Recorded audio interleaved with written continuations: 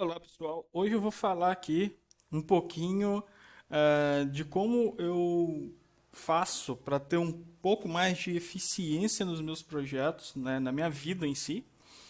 Como que eu saí em menos de 10 anos para sair de uma CLT e para virar dono de empresa, né, empresário. Então eu apliquei algumas coisas na minha vida que me auxiliaram a chegar aqui onde eu cheguei. Coisas que parecem inúteis, que muitas pessoas podem nem conhecer ou até ignorar, mas foram coisas que me ajudaram no passado e me ajudam até hoje. Então hoje o vídeo vai ser um pouquinho diferente, vai ser aqui uma pequena apresentação de slide que eu preparei aqui para me auxiliar no que eu vou falar aqui nesse vídeo. Mas basicamente, para quem é programador já tá ligado no que essa sigla DRY ela significa, né? Então vamos aqui, né? DRY basicamente é Don't Repeat Yourself, né? É não se repita. Isso, a primeira vez que eu tive contato com essa palavra, né? Com essa sigla, foi quando eu estava estudando Ruby on Rails há uns 8, 9, 10 anos atrás. Faz bastante tempo. E isso me cativou porque como eu sempre lidei com PHP, com back-end e programação dinâmica, às vezes eu via programas, né, softwares que se repetiam bastante. Às vezes a pessoa copiava a mesma página e ia repetindo aquela várias páginas, todas praticamente iguais, mudando pouquíssima coisinha na estrutura para criar novas páginas.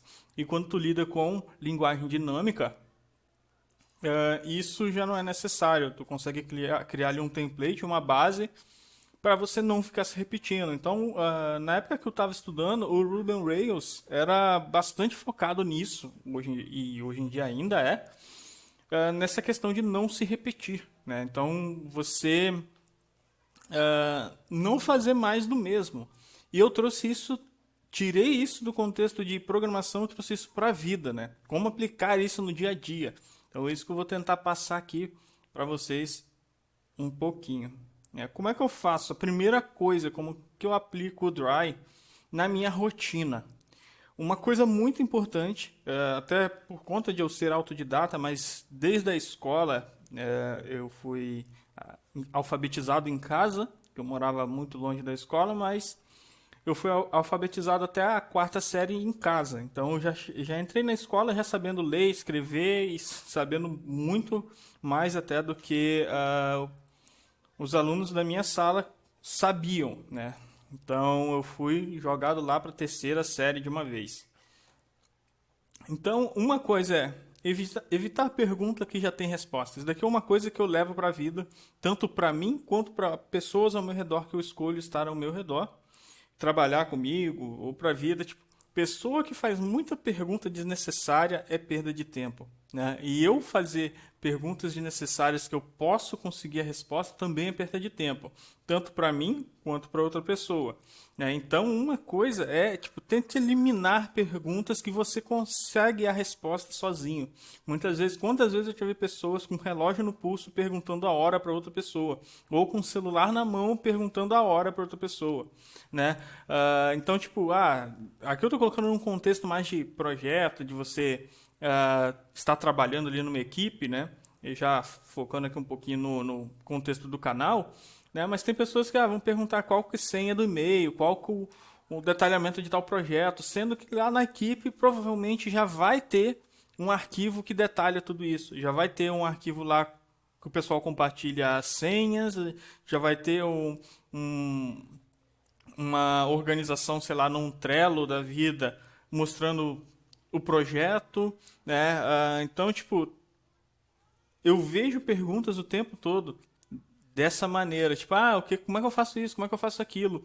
E muitas vezes, só de perguntar aquilo para outra pessoa tá gastando mais tempo do que se estivesse buscando a resposta. Então muitas vezes a pessoa fala, tô com preguiça de procurar a resposta para não gastar tempo, mas no fim ela gastou mais tempo esperando a pergunta de outra pessoa e muitas vezes aquela pessoa que você fez a pergunta também não sabe, só que ela vai parar e vai pesquisar para te dar a resposta. Ou seja, tu tá gastando tempo de outra pessoa, né, para resolver uma questão sua. Então, eu acho que isso é bem ruim, né? Tanto para a própria pessoa que faz a pergunta, quanto para quem ela está fazendo. Porque às vezes a pessoa está fazendo uma coisa lá concentrada, está fazendo um outro trabalho, já tem as próprias perguntas para resolver, ainda tem que responder perguntas de outras pessoas. Então, isso que é para a vida, num geral. É isso que eu aplicava na escola, nos meus aprendizados de, por exemplo, violão, guitarra, eu aprendi a tocar sozinho e nunca fiz curso, nunca pedi que me ensinassem. Por quê?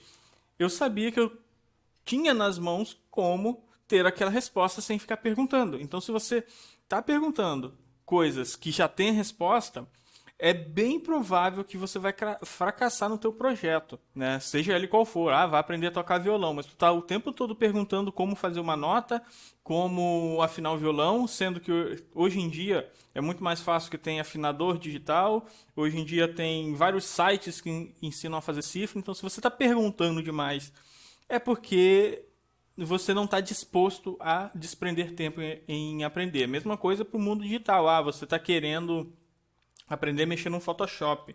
Se você está esperando alguém te ensinar a mexer no Photoshop, é sinal que você não está querendo perder tempo de ver um tutorial na internet, de fazer um curso online que seja.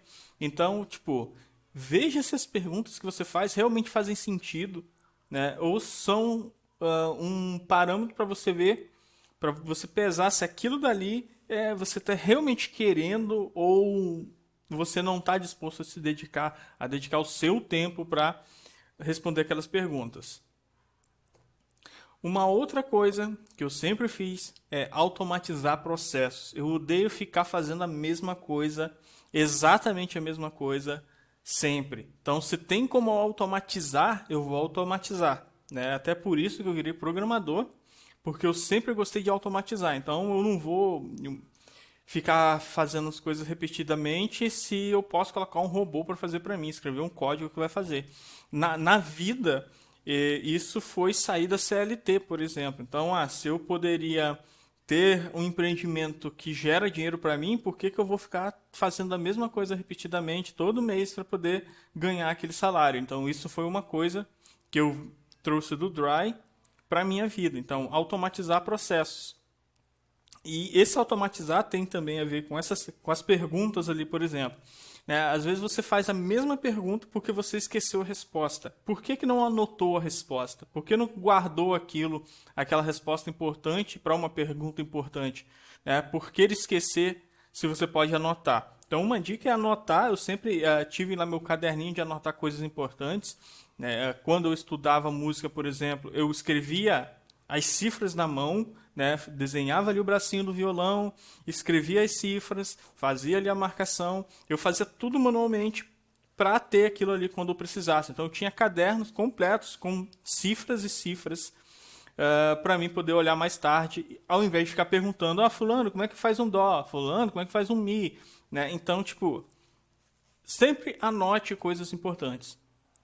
Outra coisa é você sempre pensar no outro, né? Porque as pessoas fazem perguntas sem parar para pensar que a outra pessoa vai ter que parar para responder aquela pergunta. O mais importante é que tempo não volta, né? Se você gasta o teu tempo ou o tempo do outro, esse tempo não volta. É uma coisa tipo, você usou seu tempo, já era. Ele não volta mais, né? Então você tem que saber muito bem com o que usar o teu tempo. Então se você está muitas vezes fazendo perguntas, se você fosse buscar diretamente a resposta, você gastaria menos tempo. E menos tempo, mais vida, né? Porque você vai estar fazendo outras coisas.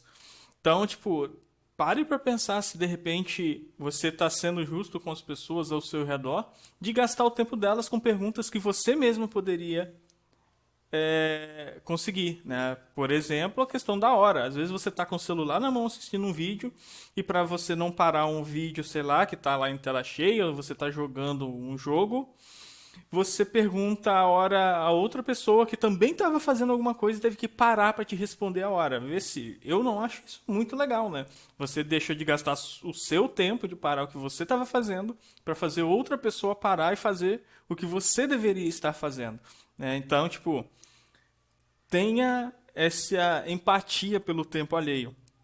E também pense, tá, se não tivesse ninguém aqui perto de mim, se eu tivesse no deserto do Saara e não tivesse ninguém para responder a minha pergunta, como que eu responderia a ela?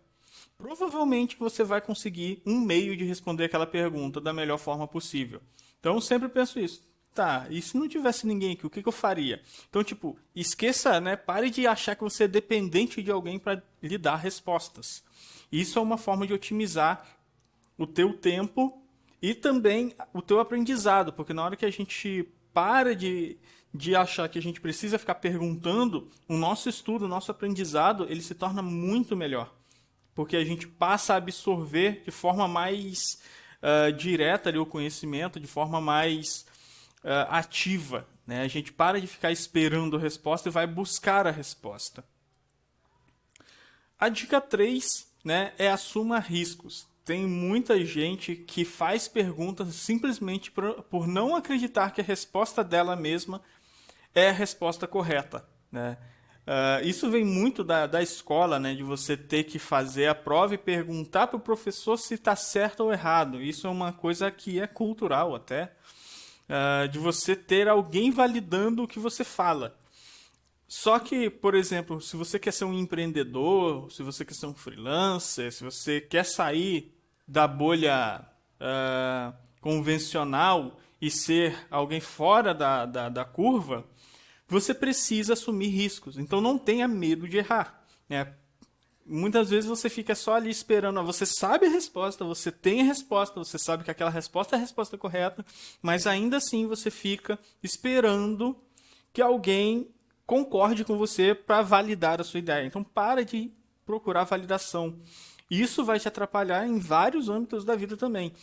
Eu estou pegando mais aqui, pensando no meu contexto empresarial atual, mas isso é uma coisa que me afeta e que eu vi que isso daqui pode afetar em vários setores da vida, né? Não só no profissional, mas no pessoal e na escola. Então, pare de procurar validação. Eu mesmo fui na escola aquela pessoa que às vezes batia de frente com a resposta do professor, porque eu sabia que a minha resposta estava mais concisa do que a do professor. Então, tipo, não tem essa de ficar esperando uma validação de um superior, né, o tempo todo. Obviamente vai ter vezes que é necessário uma validação, que você realmente está numa dúvida, você não tem a certeza e é uma resposta crítica, algo que vai causar algum impacto negativo, se a resposta for errada, mas, na maioria das vezes, essa validação é simplesmente porque vocês não dá valor à tua resposta, ao teu conhecimento. Então, parar de ficar esperando validação é uma coisa muito importante também, principalmente para líderes. Quem é líder, né, quem tem uma empresa ou quem é freelancer, quando eu digo líder, é aquela pessoa que resolveu liderar pelo menos a própria vida, né? Pelo menos tomar decisões por conta própria sem esperar nada de ninguém.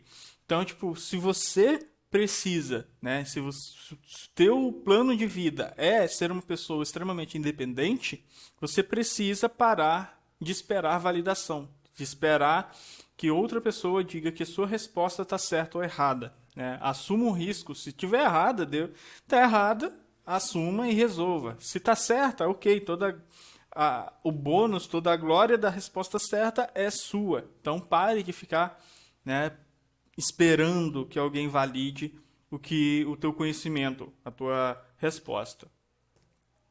A quarta dica é justamente não espere respostas, que vai de encontro com essa dica anterior. Que muitas vezes, né, como eu falei anteriormente, o fato de você ficar esperando a resposta consome muito mais tempo do que você tivesse buscado a resposta. E ainda tem um outro problema, que nem sempre a pessoa que vai te dar a resposta vai dar a resposta correta. Muitas vezes uma pessoa simplesmente vai dar a resposta para poder se livrar logo de você e de você parar de perturbar ela com perguntas suas, e ela vai dar uma resposta ali que não é a melhor possível, ou até a resposta errada, simplesmente para poder voltar ao fluxo natural da vida dela. Né? Então, tipo, ficar esperando resposta de outras pessoas, além de consumir seu tempo, acaba te fazendo jogar para outra pessoa a responsabilidade de ter a resposta certa. Né? Por exemplo, você está lá fazendo, sei lá, está fazendo um cálculo matemático, você chegou no final e precisa mostrar aquilo dali para a professora, só que você não sabe se a sua conta deu certo ou errado. Isso eu já vi acontecer na minha sala lá, principalmente no ensino médio, da pessoa comparar o resultado dela com o meu e por achar que eu era mais inteligente do que ela, mudar o resultado dela e colocar o meu. E quando fui corrigir, o meu resultado estava errado. Então percebe o tamanho do erro? Ela perdeu um tempo buscando a resposta. Depois ela veio me perguntar se a resposta estava certa. Eu achando que a minha estava certa, porque eu não parei para perguntar para ela, né? Eu acreditei na minha. Eu nunca fui de ficar perguntando respostas para os outros.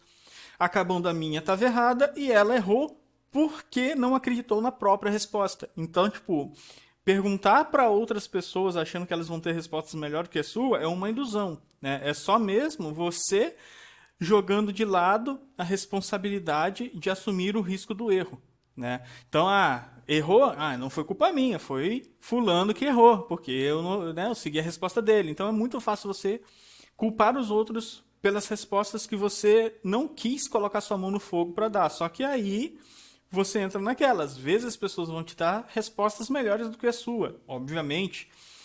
Mas, às vezes, você vai perder o bônus de ter conseguido a resposta por sozinho e também vai cometer a gafe de pegar respostas erradas.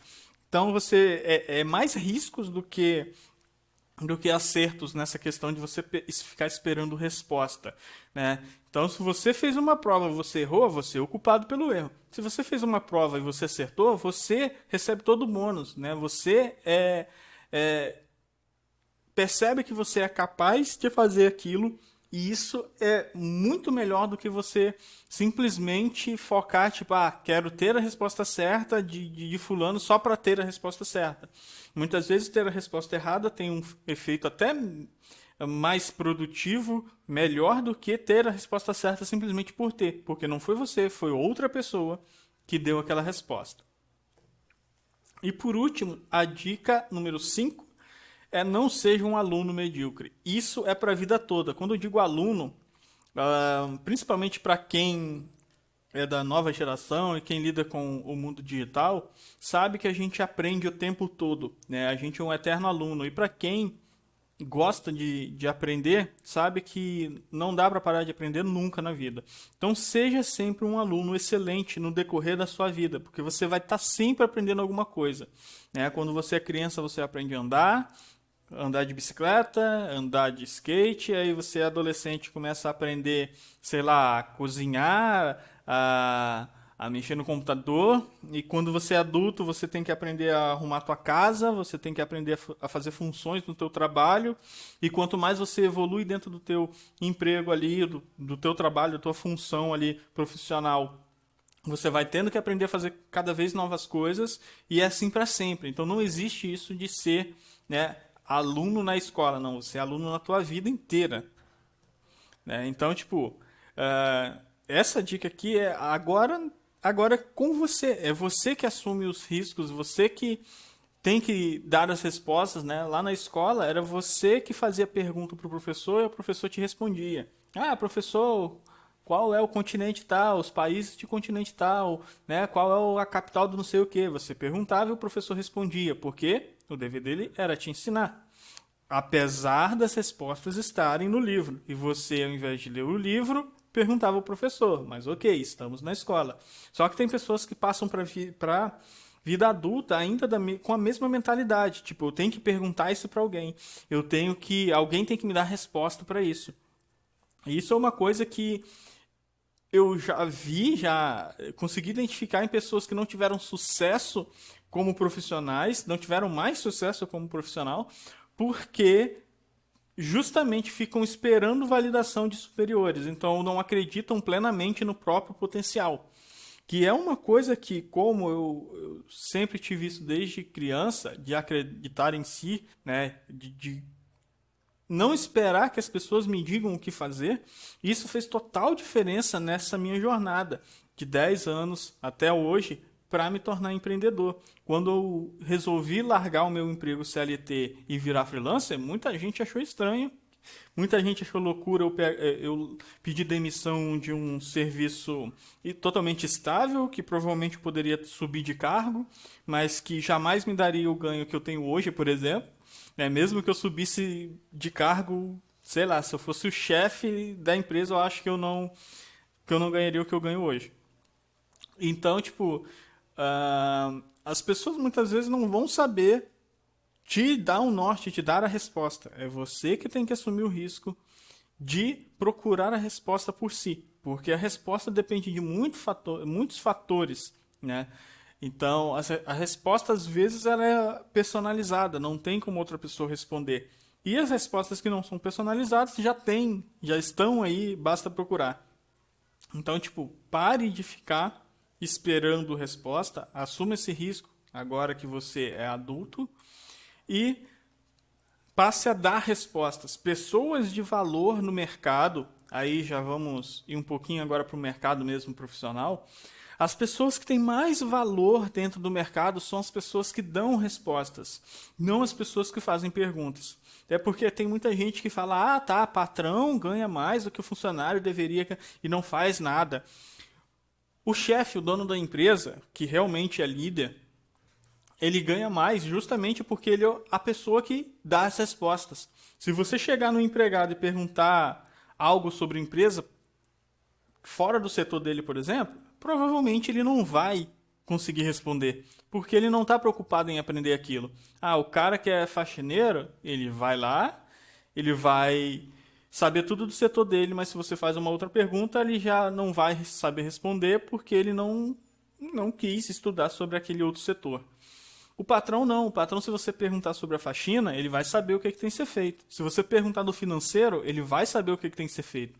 Vai perguntar do jurídico, ele vai saber o que fazer com o jurídico. Então, tipo, não é o valor que a gente tem no mercado, não é da mão de obra bruta. A mão de obra bruta qualquer pessoa faz, né? Ah, ir lá sei lá, organizar planilhas. Todo mundo faz.